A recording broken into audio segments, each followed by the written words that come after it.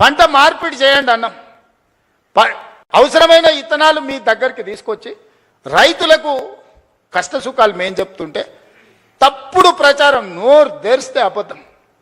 దేవుడు ఆ కుటుంబాన్ని మొత్తానికి శాపం పెట్టాడు. బిడ్డ ఒక్క నిజం చెప్పినా తలకాయ 1000 ముక్కలేసి వస్తారు మీరు, మీ జీవితాంతం అబద్ధాలే చెప్పుకుంటా బతుకుర్రని. ఆ శాపం ఉన్నట్టుందా? అసలు చూడు, ఒకని మించినోడు ఒకడు. ఆయన అమ్మ ఒకనికి 100 అయితే వానికి 110 మార్కులు వేయాల్సి వస్తుంది అబద్ధాలకు.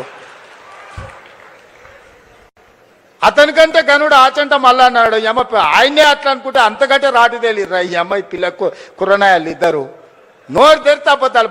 బామార్దులు అసలు ఇక పోటీ పడే అబద్ధాలు చెప్పుకుంటూ తిరుగుతారు. ఇది పరిస్థితి.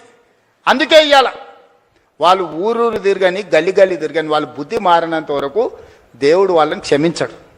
బుద్ధి చక్కగా ఉంటే అన్నీ చక్కగా ఉంటాయి. నోరు మంచిదైతే ఊరు మంచిది అన్నారు, అవునా? ఏమక్క? నోరు మంచిదైతే ఊరు మంచిది అన్నారు, అవునా? అత్త కోపానికి వచ్చిన కోడలు జర మెత్తగా ఉంటే ఇల్లు చక్కగా నడుస్తుంది, అవునా? మీరు అందరు ఏదైనా కోప్పడ్డా నేనేమంటానే, మా వాళ్ళే కదనే, మరి బాధ్యత ఇచ్చినప్పుడు ఓసారి కోపం అవుతుంది.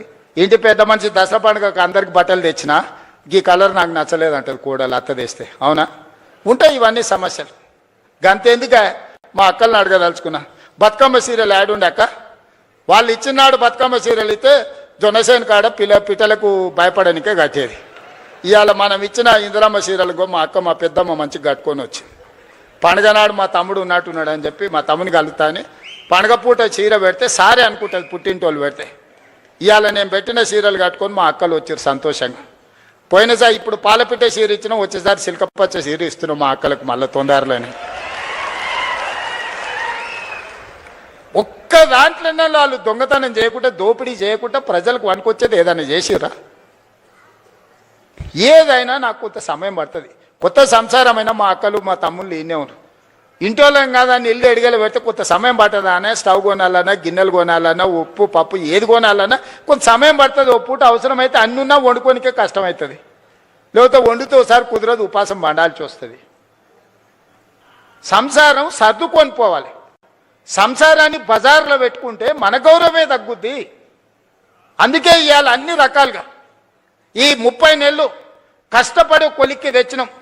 నగదు జమ కాగానే ఎంబడే మీరు అడగకుంటేనే ఈసారి రైతు భరోసా. పోయినసారి కూడా జూన్లో 9 రోజులలో 9,000 కోట్ల రూపాయలు టక్క మీ ఖాతాలు వేసినా లేదా? ఈసారి కూడా అట్లనే వేస్తా నేను. పోలీసు నియామకాలు 5,000 పరీక్షలకు నేను ఇవాళ 5,000 ఖాళీలకు నేను నోటిఫికేషన్ ఇస్తే ఈరోజు గతంలో ఇవ్వకపోతే ధర్నాలు ఉండేటివి, ఇప్పుడు ఇస్తే ధర్నాలు చేస్తుర్రు. ఇది ఎక్కడదో.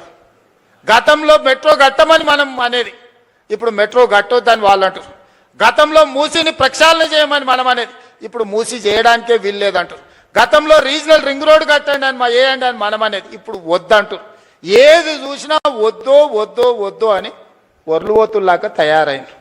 మీరు ఒర్లినా, పొర్లుడు దండాలు పెట్టినా, మీరు ఎండ్రిని దాగి బాయిలో దుంకినా ఇవన్నీ పనులు చేస్తా. మీరందరు నిండు మనసుతో ఆశీర్వదించండి. ఈ ప్రభుత్వం మీది. ఈ ప్రభుత్వాన్ని కంచేసి కాపాడుకున్న బాధ్యత మా రైతాంగ సోదరులదే. ఇవాళ ఏం చేయకపోయినా మీ భార్య భర్తలు మాట్లాడుకునేది అయితే ఇంటలేమా? ఓటు ఎక్కువనో ఓటు తక్కువనో ఇచ్చినాం, కానీ మీ సంసారంలో సిచ్చు పెట్టే కేసీఆర్ లాంటి తప్పుడు పనులు మాత్రం చేయదలుచుకోలేదు. మళ్ళీ వచ్చిర్రా, ఇక చివరికి భార్య భర్తలు మాట్లాడుకునే స్వేచ్ఛ కూడా ఈ రాష్ట్రంలో లేకుండా పోతుంది. అట్లాంటి వాళ్ళని మళ్ళీ రానిచ్చే సమస్యనే లేదు. చాలా మంది దీంట్లో అరుంధతి సినిమా ఎంతమంది చూసిండ్రా? చేతురి.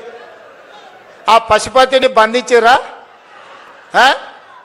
గట్లనే ఫామ్ హౌస్లో బంధించిన పశుపతిని మళ్ళా గొలుసులు తెచ్చేది లేదు.